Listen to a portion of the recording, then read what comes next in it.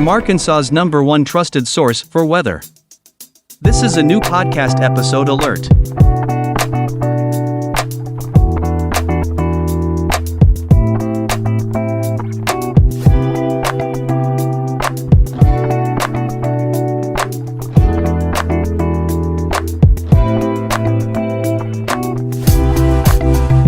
Well, everybody, welcome back to the AWW podcast. Cameron and Derek back here. Yes, once again, if you listen to our previous one, we talked about all the new things happening with AWW, and it's been a very interesting last few weeks. Needless to say, as many of you we went on a chase trip right before Memorial Day, and ironically enough, a lot of things happened during the course of that time. Definitely. But again, that being said, we're going to talk a little bit about that this evening. But also, just to let everybody know what's happened, what's going on, and what's going to happen in the future. But also tonight, we want to talk about, what happened March 31st. Yeah. And as everybody knows, big outbreak. Huge event, an event that originally didn't look like it was going to affect Arkansas to the extreme that it did. And then all of a sudden, the rarity of the event, how it happened, etc. Because Cameron has his story, I've got mine, everything that led up to it, I think. Yeah, the forecast side of things was kind of rough on that, man. First of all, just kind of talking about, the transition, with AWW, especially over the last couple of weeks, like you said, we went on a chase trip and everything like that. Mm-hmm. When we first started AWW back in 14 and then, back in 15, 16, 17, we originally had, the storm chasing with it. We had AWW storm team and everything like that. So it's always been a part of our brand since the beginning. I mean, the change that we went through over the last couple of weeks is just kind of like, it's like a flower reverting back to its original state. But yeah, and I was going to say during that period, with the whole thing with Arkansas Storm Hunters, Mm-hmm. giving that over to our good friends over there with Jordan and Sid. They're doing an amazing job over there. We just felt as though, AWW and with storm chasing kind of blended into it was just better on our end because, we started AWW and everything like that. And it feels like we're going back to our original. Going back to our roots. Going back to our roots, going back to our bread and butter. So. And, originally the idea was when everything started transitioning, Facebook Live, all this stuff like we talked about in our previous podcast a few weeks ago. We talked about, all the changes that occurred with Facebook and everything like that. So at the time, it was trying to figure out how do we incorporate live chasing with live coverage at the same time. And that's when, why don't we just brand another page and brand, the Arkansas Storm Hunters part of the AWW umbrella. Yeah. And then obviously a lot of things happened. Life happened. AWW continued to grow, but ASH just kind of didn't. And it basically got hard to run two brands. We were literally trying to run both brands, and especially with one with the amount of people versus the other one, because you have to make sure that one's taken care of, and then you get to the other one, and as crazy as Arkansas weather could be, that's just that's almost impossible for one. And originally, we originally chased regionally, and we originally chased anywhere in the heartland, and under the Arkansas Weather Watchers name back when we first started. Yeah. When we still had coverage and we had chasing. Then eventually we branched out, and then obviously, like I said, it just got too hard to do it. So, the biggest thing is going forward is that, it's going to be something that I was going to take a little bit of getting used to again. Yeah. Bringing that back into the fold, bringing that back into one accord under the name, under the brand. And that's where kind of like the Heartland Storm Chasing idea comes from. The Arkansas Weather Watchers with the main idea, our roots, our Arkansas first, Arkansas based. Yeah. But with the storm chasing idea, because we chased Heartland, we chased over Iowa, we chased South Dakota, North Dakota, Texas, New Mexico. Way too much. That's going to be a whole separate podcast. Colorado. But it was, we chasing Alabama. We've chased all the way to almost Florida. And so Heartland. The heartland of our great country, and that's where that comes from. Why not include that into one brand once again? Yeah. We keep the AWW name, but we also incorporate it into one franchise. Yeah. Once again, and obviously going forward, we're going to have live stream on our YouTube. Meanwhile, severe coverage remains on Facebook and YouTube. Yeah, and that is when we're in Arkansas. Yep. Obviously, when we're out of Arkansas, then it's going to be strictly on YouTube, etc. Yeah, and stuff like that. Cameron's got a lot of good plans coming up. For the future when it comes to incorporating storm chasing with. A lot of things. Coverage. I will just say this. A lot of things has changed since the 2016, 2017 era with technology and how to do live streaming and everything like that. Because, that was one of the original ideas is, when you're on Facebook and you're trying to get live storm coverage, you have people that will tune in to that coverage, and then you have other people that will actually want to see the storm, actually want to follow along with the storm chasing and everything. And it's very hard to kind of keep two feeds like that on one platform. So luckily, like before, the technology and everything is different from 2016, 2017 over to what we are now. Mm-hmm. So that allows us to, have the incorporation of both storm chasing and forecasting all into one. So I'm very excited for the future going forward. And I do think, probably one of the biggest changes is, I have given Cam the full control of the forecast side of things. I know for years and years, it was both of us. Now, that does not mean I won't be in studio helping out please do not get the wrong idea time to time. But, taking hold of the chase side, and we have a chase team, already in Will, in Joel, in Ezra Lane as well. Yeah. And, obviously, eventually we hope to branch that out a little bit further. Yep. But in order to do that, I could not focus on both. Yeah. And, Cameron's in really good hands on that aspect. Obviously, me going back to my roots like we talked about in the previous podcast a couple weeks ago, chasing was the original roots. And then we branched out to doing both sides of this. And I'm really excited to see, as an owner, where this goes forward. And, how we've had a lot of businesses reaching out to stuff like that on how to help us help us build this into a business to where this can be our full-time job. Yeah. And I'm excited for it because we don't really know what that looks like yet.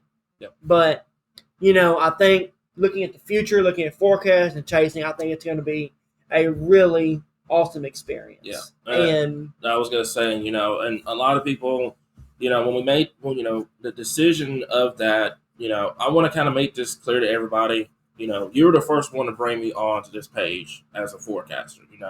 This is in no means of, me taking over and everything like that. He will always, to me personally, he will always be that guy like, hey, I need help with this, I need help with that, and stuff like that. It's just, the chase side of things and the forecast side of things, it's very hard to kind of focus on both aspects, especially if you're in the same state. Because you have to, storm chase, and then you have to forecast, and you have to do both, and it's mentally taxing. So, taking over that chasing side, and then the forecast side, But teamwork makes the dream work, and it's always true. been a dream of mine, to eventually do this full time. And I'm 33 years old, so dreams stay with you, and at some point you just have to say, okay, this is what's going to happen, and it's got to happen, and it only works if you have a team surrounding you. That's true. To do that, yeah. And no doubt. I think really in reality, the biggest, I think in the almost 10 years of this page, I think probably the craziest thing about this is that right before we decided to bring this back into the fold, before everything went down in May, is that we were chasing under the AWW brand sort of back in March. And, it was That day was nuts. This was one of those days that was nuts. In all my years of forecasting, in all my years of chasing, in all my years, it's a man. I mean, where do we go with that? But before we get into obviously, so that's what's happening with AWW and the future. Yeah. And that's what happened. You can expect chasing and coverage full time going on. Yep. Big things are playing with that with the app as well. Definitely, and a lot of people and I really would recommend you guys go and download the mobile app. I mean, it's awesome. You've got your radar, you've got your Facebook, YouTube feeds, and everything like that. I mean, there's going to be significant changes to the mobile app as we progress deeper and deeper into 2023 and into 2024 and etc. So make sure you have that in your arsenal, guys. It will be your best friend, I promise you. It's it's in its basic stage right now, which a lot of people are okay with that. Yep. Especially nowadays because you have the other apps are like super confusing. So it's in its basic stage right now, but it's gonna take a massive upgrade over the next couple of months and next year or so. So it's gonna be well worth it. Oh, definitely. And, I think a lot of that, that we needed that on March 31st. And, let's go, now that we've, discussed the future, let's talk about that day. Because that day will live, and obviously, we have a whole other story from the week prior to that we'll go over, on a separate day. Yeah. But, the one thing that really stayed in my mind, when is March 31st, because that was a day that was forecasted perfectly. The days leading up to it, we knew this was coming. We saw the writing on the wall. It was a highly unusual setup for March. Everything led up to it. At first it didn't look like much. 7 days out, 5 days out, then all of a sudden we started seeing that transition to, this could be the real deal. Yeah. And with AWW, it was like, okay, what do we do? How do we handle this type of situation? Communicated and stuff like that. Yeah, this is something that, if you're a weather enthusiast, you're listening to this is something that you see on computer model guidance that, if you sit back, especially if you're a storm chaser, you sit back and you laugh at it. You're like, there's no way that's gonna happen. This model is just out the water. It's overhyped. It's never gonna go down. It's kind of like, and I kind of throw this like with, and I used to listen. I don't know about you guys, but I used to listen to the Weather Channel like a lot when I was growing up. Like Jim Cantori said, like perfectly during Hurricane Katrina coverage. It's something that you see on computer model data that you never think would actually happen until it happens. And then, when it does happen, you're like, wow, this is crazy. That the March event reminds me of that because, we were looking at this 7 days out. And kudos to Storm Prediction Center too. I mean, they did an amazing job with getting the early looks of this out perfectly. We started with the 15% risk area. Then it went to a 30% risk area, and it kind of stayed like that, kind of stayed the enhanced risk area, and then it went moderate. And, communicating that to everybody, especially in the public, you have to make sure, there's a fine line because you don't want to scare everybody, but you also want to save lives. You also want to have that sense of urgency, like, hey, this is a real deal. You can't sleep on it, but I don't want you, having a panic attack over it, which don't sleep naked. Right. Lord. Anyways, but yeah, it's one of those situations. It gets that dire, and I remember from the forecast perspective, talking about that day in the live stream. Hey, this could be a real big day. Looking at computer model data, we had everything setting up. I mean. I remember sitting here and just telling everybody, I don't see any fail-safe modes with this setup, at all. Well, because normally we have morning rain, you have something off. You have something off, and especially with this is that on this day, leading up to it, we'd had several severe events that busted. They flat out busted. Trust was lost within the community across the state. Between the public and the weather community. And let's face it, everybody's trust was, everybody's guard was down because we've had so many events in the fall, last spring, and then leading up to it. It's like, okay, well, I mean, it may or may not happen. It's another threat. It's another threat that may or may not happen. And, I remember leading up to it, originally the risk was Oklahoma, Texas. Yeah. And then each day progressed a little bit further, a little bit further. And then I remember waking up on that Thursday, day 2 moderate. I was like, yeah. Oh, we're going to do this. Okay. And, it was crazy because, I remember Cameron and I were scrounging, trying to find some sort of fail-safe, trying to, keep hype down, but while raising awareness that, hey, this could be the legit threat. Yeah, and the thing is about that, guys, you see that a lot on Facebook, stuff like that. You have one of those, those what we call clickbaits and stuff like that. We don't go to, we don't tell you guys, this is going to happen unless we are 1,000% sure that it happens. There's a lot that happens behind the scenes in terms of weather forecasting and everything like that you guys don't see out in public, because not by that point, it's already prepared, it's already ready to go for you guys and broken down.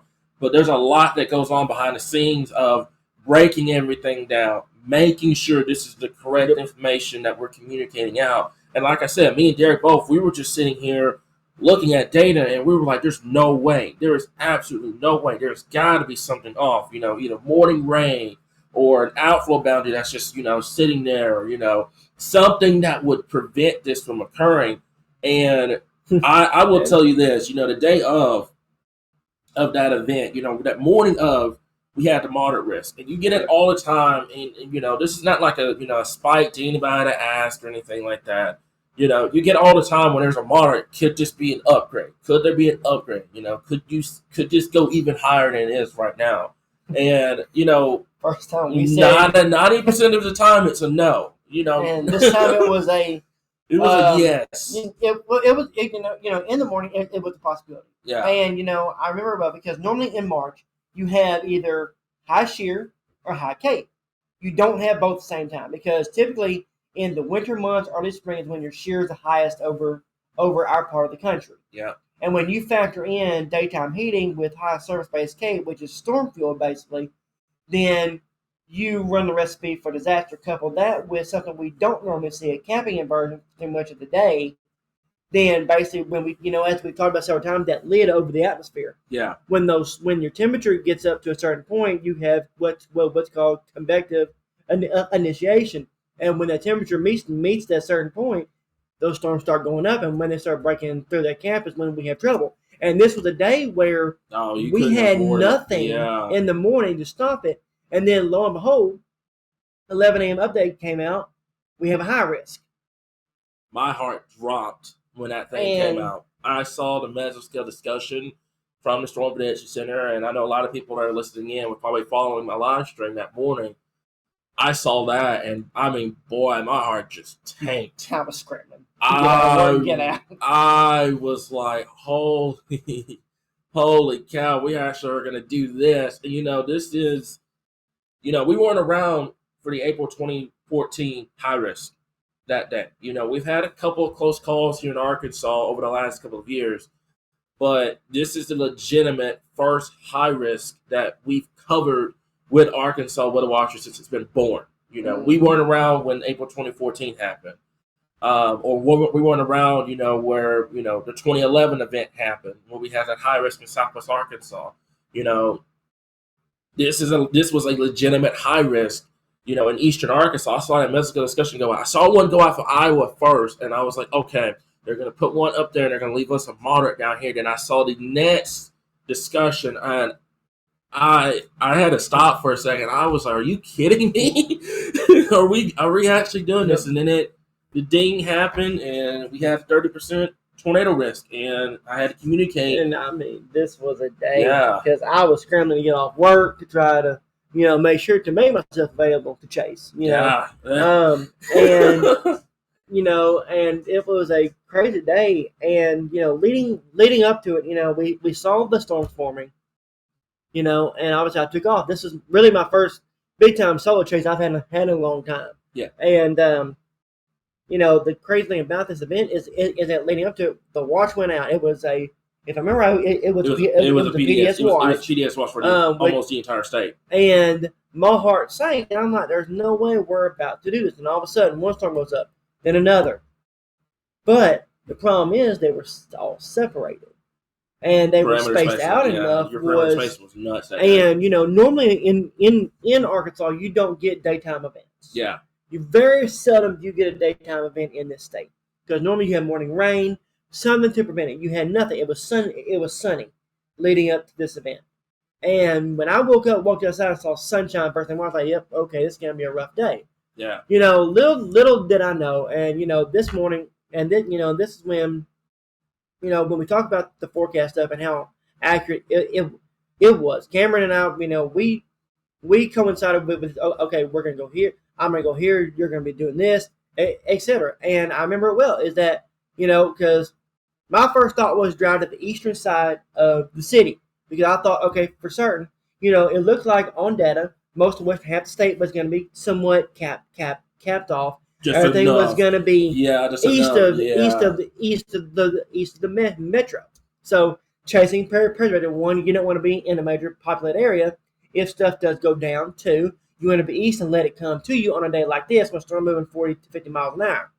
And I remember it very, very well. I saw the tornado want to go out for the Little Rock area. Yeah. First it was down there. The firstly the storm formed around Pike County and the Light area. Yeah. I was like, okay, and then boom, next thing you know, it's in Garden County, and there was damage reported around Mountain Pine. And I was like, okay, so I remember well because I was like, okay, well let me reposition back, towards the Lone Oak, in between Little Rock and Lone Oak. Yeah. And let me tell you, because the most heart-wrenching feeling is when you're setting up in a position to track the storm, and you hear the words tornado on the ground in Little Rock. You're like, what? And at this point, this is when chasing becomes signed to your family, and you look at the radar, and at that point, we started having a lot of data issues because the tornado was touched down in the middle of a high metropolitan area. Yeah. And I remember at this point it was like, okay, what do we do? Do I go back? Do I go back? Do I stay put? Do I go back? Do I stay put? I'm like, what can you do? And I remember listening to Cam, at the same time, and when the words Breckenridge, Hillcrest, Heights came out of his mouth, I was like, oh, this is going by our house, if not to our house or through our house. And we had just talked about this a few days prior. Where we live and where our weather center is literally sits in the middle of 8 different tornado paths in Little Rock over the last 70 years. It goes all over and everybody knows Camet Village well. Everybody knows the eastern side and the western side of the Kavanaugh areas, places like that. The downtown area and stuff like that. But we didn't think about it. Before this, it had been over 10 years since the Little Rock had been hit. Yeah. So, you thought, okay, it's not going to happen. And then I'm sitting here watching this on radar, and they show tornado emergency. I'm like, you got to be kidding me. And as a storm chaser, the last thing you want to see is your family in the direct path of a tornado. And, you're helpless at this point because, what can you do? And Ken on the phone with me, I got them. Don't worry about it. There's nothing you can do at this point. If we get hit, we get hit. And I had my wife, her family, all in our closet because we didn't know. And I'm sitting there going, do I go back? Do I stay? Do I go back? Do I stay? At the same time, I'm screaming for Channel 4 and us at AWW. And it's like, what do I do? And 15 plus years of chasing, I've never been more, oh no, in my life. Yeah. Than what I was on March 31st. And, it was one of those things that I couldn't do anything about it. It was just like, okay, hey, you need to stay in shelter because, yeah. And it was close enough to where they could hear the roar of the tornado because, ironically enough, after it went through, we went back and looked at the damage. It actually went right within a mile of our house and our weather center. Had it not made a slight north jog, it would have come directly through our house because our house, you can draw a a line to the southwest to where the pavilion and the park is, shopping center. Yeah. But to me, as a chaser, that was the most nerve-wracking event because 15 plus years of chasing, the closest that I've come to that feeling was the April 2014 event. And I was like, oh, here we go again.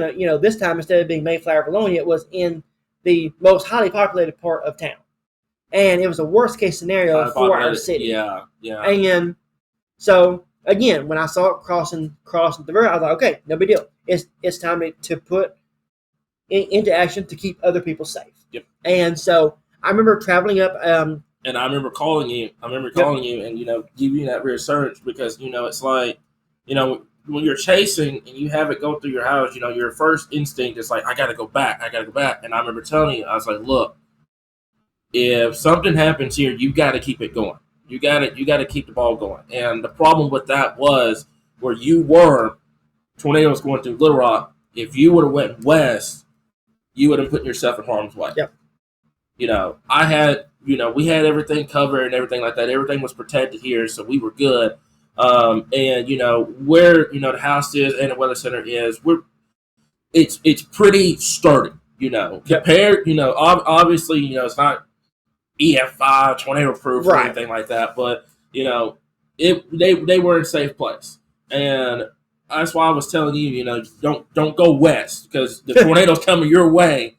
Don't go west. You stay where you are, and you intercept because after it got done with Little Rock wasn't the only town in the path. Yep. It went east, and I'm gonna let you talk about what happened down the road from there. And as it kept going east, I intercepted it on the eastern side of 167 because compared to where we're at, that was the best viewpoint again, middle of the day.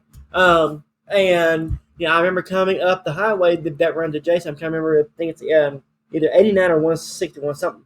But coming north at it as it was coming across the interstate, I thought it was two separate tornadoes.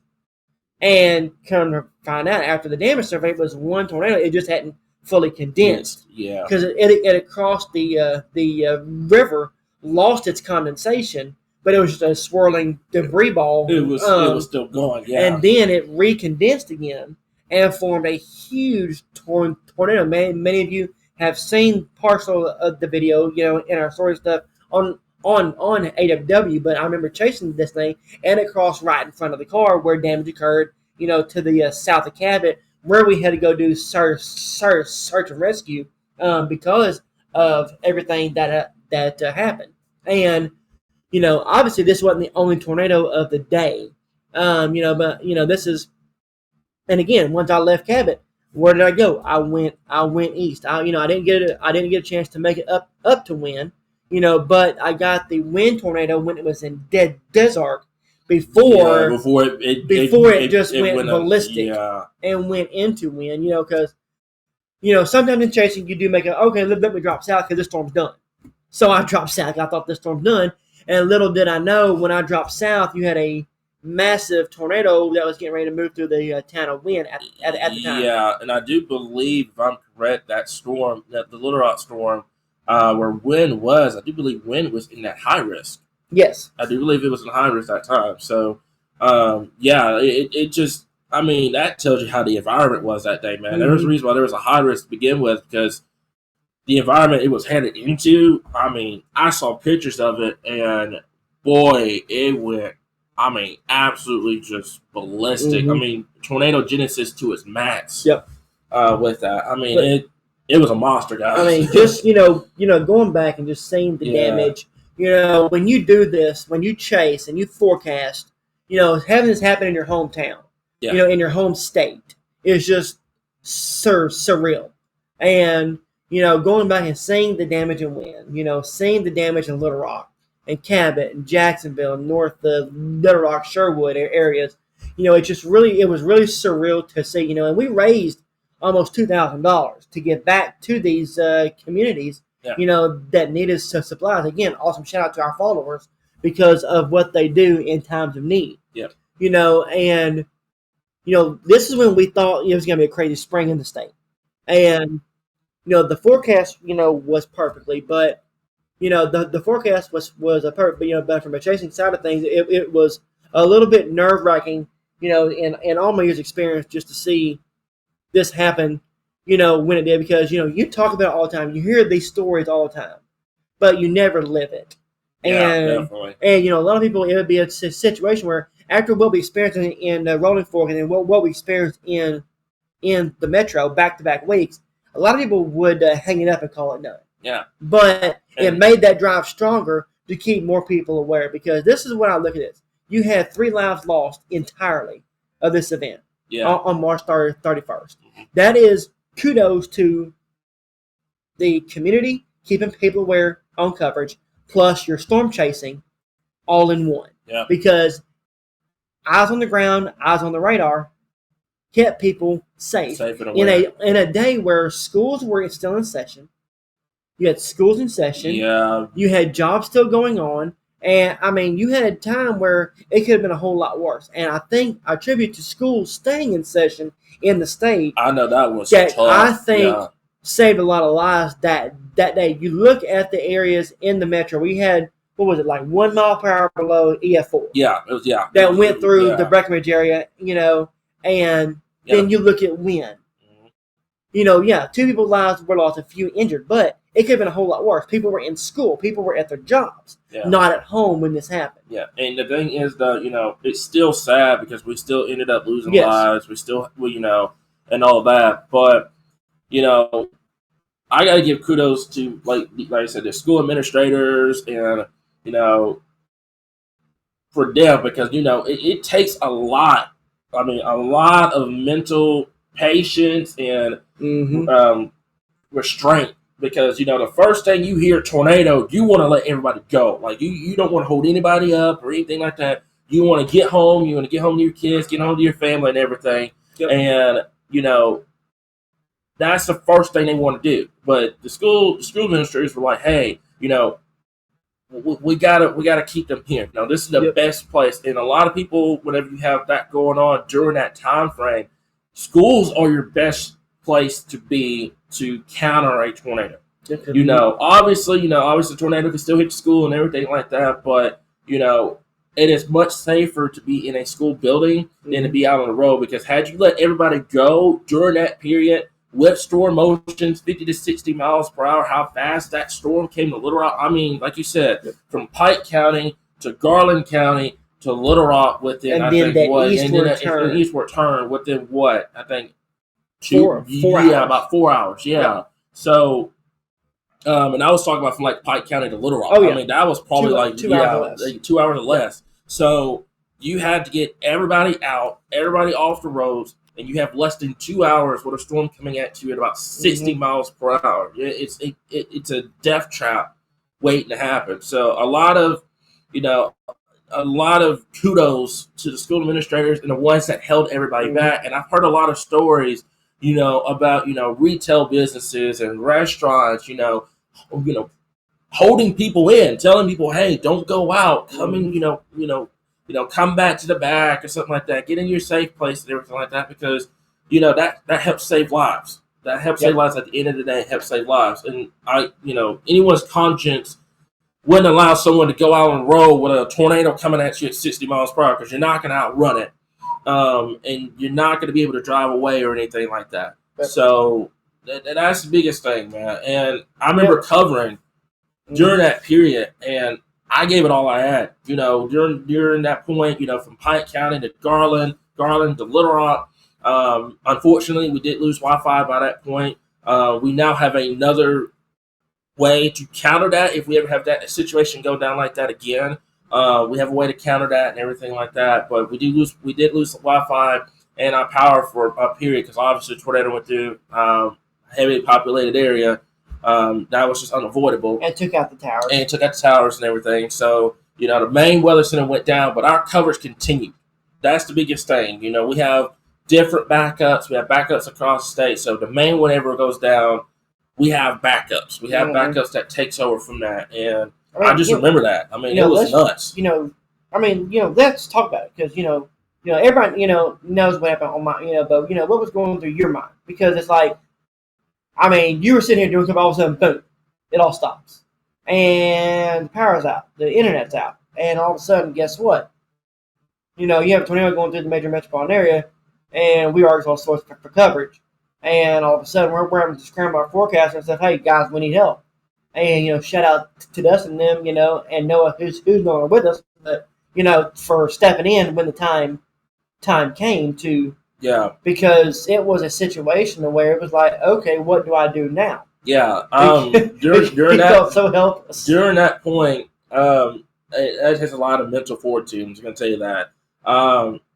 The biggest thing is, and I've had a lot of people come up to me since that event, and they were like, is Cameron okay? Is Cameron okay? Is Cameron okay? Because, the feed cut out when the tornado was coming through Little Rock. I mean, it cut out. I mean, it went right through the heaviest part of Little Rock, the west Little Rock side. I know we have downtown Little Rock, but if you've lived in Little Rock, you know how populated the west side of Little Rock is. It is very populated. To come out of it, how many lives did we lose? What was it, 2? We lost one in Little Rock. One in Little Rock. Okay. To come out of that with one loss of life out of a very heavily populated side of Little Rock is almost amazing. I mean, that's and the death was in Little Rock. And like I said, I still feel bad because we still had that one loss of life. Yep. But one versus what could have been easily into the hundreds, especially on that side. I mean, it was nuts. And during that period, I mean, it takes a lot of mental fortitude. That's the biggest thing I'm gonna just say. A lot of people were concerned, about my health and well-being. We were perfectly fine. Biggest thing with me is, where my faith is at any moment. I mean, I'm fine. I'm good to go. I will always put weather and making sure everybody else is safe before myself. Obviously, I was protected. I was safe. I was ready to go. I knew where I was. I knew where my surrounding was at the entire time. That's why I kept going. Everybody was urgent. Hey, Cameron, you need to get to shelter. You need to get to shelter. You need to get to shelter. I was perfectly fine the entire time. Derek said it best, before we went on, before we started Chase Cation and stuff like that. I'm always 1 or 2 or even sometimes 3 steps ahead of what happens. Mm-hmm. Always. When the storm hit Saline County, he was already saying, "Hey, it's time to get to. If you live in Little Rock, get to shelter now." I was already there. I anticipated everything. I knew what was getting ready to happen. I saw it coming. I saw it take, and you can notice, the Mayflower Valonia tornado in 2014, and then the Little Rock tornado. Mm-hmm. You see that different angle of where it was going. And my original concern was that, and I think HR had this at first, that it was actually going to go towards that Mayflower area once again. But then I noticed a shift. Towards Little Rock. And I was like, okay, I will pay attention to this. And that's the thing. Whenever I go into those big severe weather days, I always have that mindset in the back of my mind. Hey, if something like that does go down, am I okay? Am I going to be able to, get out of here and seek shelter and everything like that? So where I was during that period, I was perfectly okay. I was perfectly fine. The string went out and everything like that. And I mean, I don't think I've ever hit the desk so hard when the power in the Wi-Fi went out, because I was like, man, are you kidding me right now? And you can't help it because it went through Little Rock and it took out all your major internet sources and everything like that. So it was nothing I could have done about it. But that's when you pass on that responsibility over to your backups. Yep. You're like, hey, somebody's got to take over. Somebody has to take over. At this point, I can't do it. Somebody has to step up and take over. And shout out to them for taking over during that point and keeping the ball going. But during that period, I was fine. I know everybody was like, weren't you scared or anything like that? I signed up for this. I signed up for weather. Weather's always been my passion since I was a little kid. I've never feared it. I've never had that sense of fear of, severe weather or anything like that. And I understand, it can take your life. I get that. I understand. But I know I'm okay. If I wasn't okay, I know what I would have done. I was perfectly fine the entire time. Where I was, the shelter I was in that entire time during coverage, And I was good. and I think I just had to make sure everybody else was safe during that period. I think the bigger shocker for both of us was the day after. Yeah. When we yeah. when It's we were always that able day to after. get out Yeah. and see the damage, and just like we were just like, what happened? Because when it's going on, even as a chaser and a forecaster, you don't really notice it. Yeah. Your mind is still, oh, tornado, okay, all this is going on at the same time. But then the next day, you're like, oh my. Yeah, it takes that. Yeah. Because and then when you drive and keep in mind, Bo, this is a week to the day. We had just got done with the what is now rated a almost EF5 rolling fork tornado. Yeah. So that's a whole different story. That's a whole podcast in itself. But this is a week to the day, so we're going, oh my, and the destruction we saw in Little Rock is just unreal. Places that I grew up in, places that I drove through were unrecognizable. I mean, they still are to this day. Yeah. And you had to really look to figure out where you are. You don't think that hits home. When I remember when we drove to Wynn and got our first look at that destruction, I was like, oh my, because when you come into Wynn, you hardly see anything. All of a sudden, boom, there it is, like an eyesore. Yeah. And seeing how the tornado went up on Crowley's Ridge and literally rode the ridge. How the tornado in Little Rock rode the valleys. It destroyed every myth. A tornado does not hit a metropolitan area. Tornado cannot hit me on a mountainside. Oh. Little Rock, West Little Rock, if you know it, is full of mountains. Yeah. It hit every single structure, especially along 10. On a hillside. And it destroyed the mist. Tornadoes don't cross rivers. Well, we have the Arkansas River that at the time was almost above flood stage because of all the rain we had had. So again, nuts, man. It destroyed all the myths. Yeah. And the March 31st tornado will always live in my mind because it's I thought April of 2014 would, because that's what founded this page. Yep. But the March 31st event is what basically set everybody's mind to, Seville still happens in this state, because even we were doubting ourselves, because we were having doubts. Our forecast's going to be good. Have I lost my edge in chasing? Because I'd gone through a period where I couldn't do it because of my wife's health, my dad's health, etc. So I was like, okay, we've lost our edge. We've lost our ability to see things in advance. And the thing is, we were questioning a lot of it. Yeah, the thing is, though, and I tell people this all the time, especially with weather enthusiasts, you got to count your blessings whenever you have those busts, because March 31st is one of those days that, everybody was expecting it to bust. They were expecting it. I mean, you had the moderate risk out, and it went high risk, and they're like, oh, man, it's going to do what happened in 2019. If the infamous May 20th, 2019, which is, we don't talk about that in the chase community. That one was that event ended up because of all the other weather parameters that happened that day.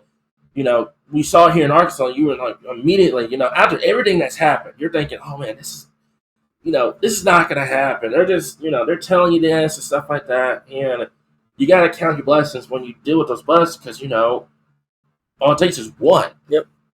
And in this case, it was more than one. You have multiple tornadoes that happened that day. And it was nuts. And if you think about it, region wide, and this brings back to, I think the final total was almost 150 tornadoes on that day. It surpassed from Iowa to Illinois, Indiana, Missouri, Arkansas, Mississippi, Tennessee, all of it. And it was such a widespread event. Yep. And, for us, though, it hit home because of it being Arkansas. Yep.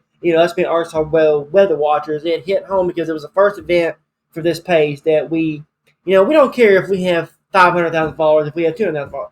Our biggest thing is keeping you safe. Yeah. And, we were able to do that on that day. Yeah. And, I think, looking back now, I'd do it again. Everything without it going through Little Rock. Without it going through Little Rock. But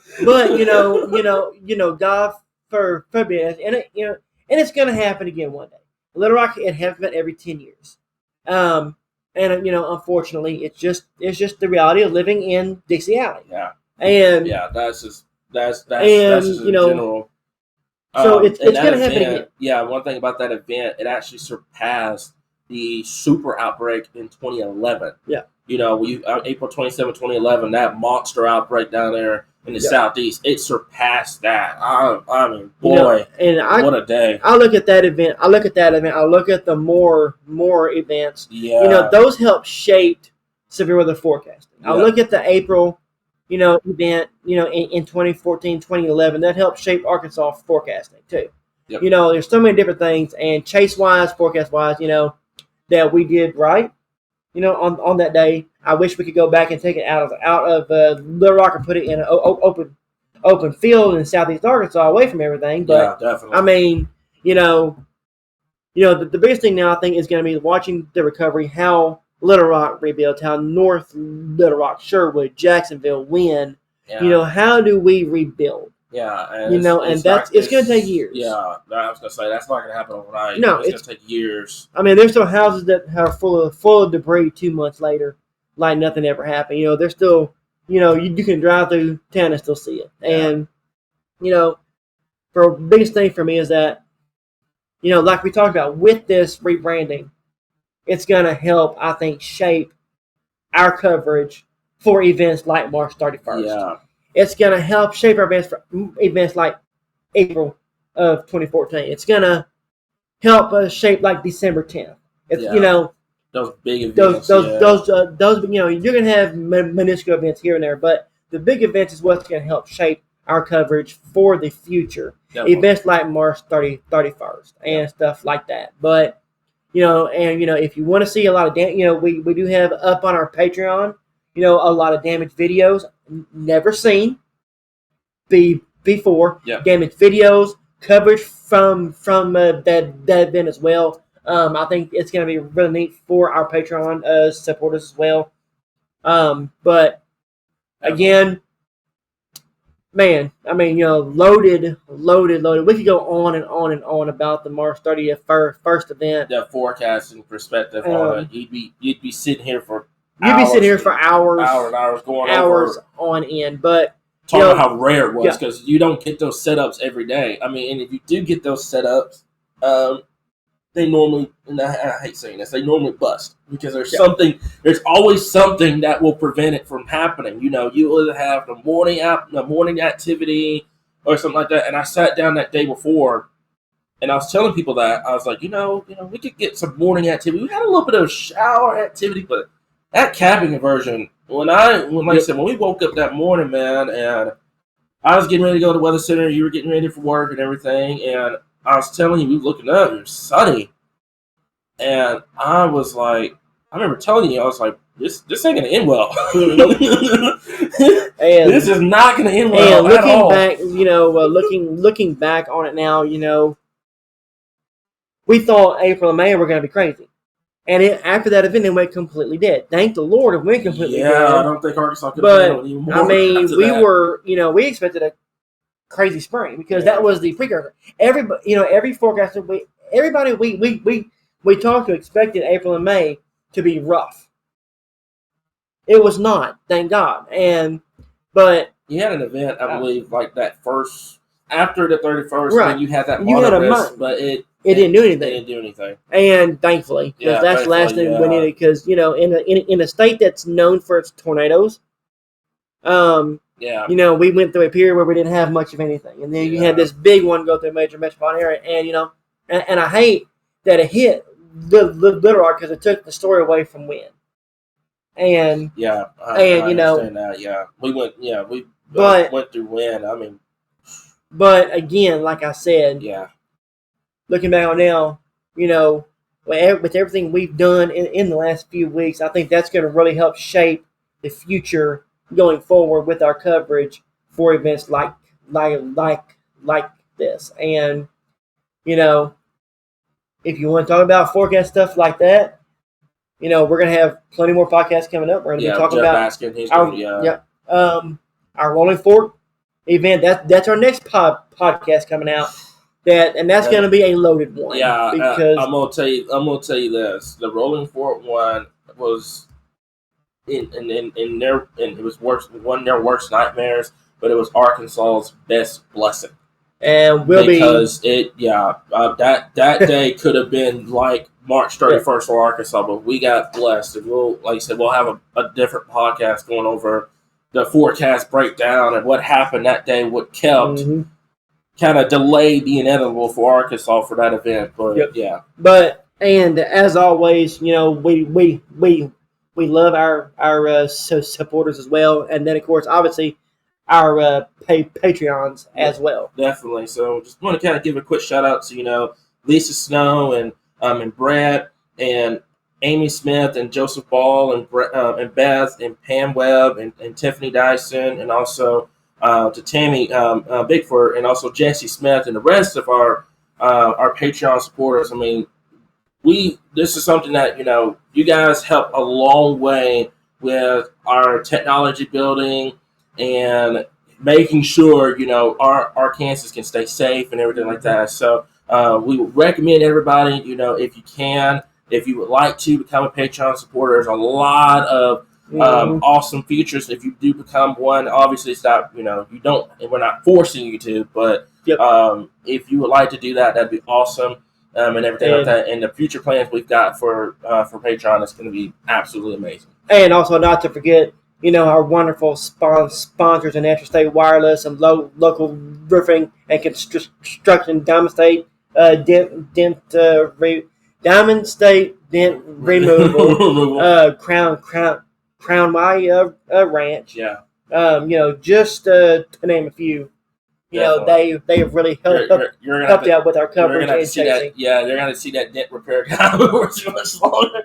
We keep having these health threats here, but just like I said, just want to give a quick shout out to you guys and the rest of you and the rest of the Patreon supporters for really helping us out, guys. And I think you guys are really going to enjoy and everything like that. As mentioned before, if you do become one, we have a $3.99 tier and also a $5.99 tier as well.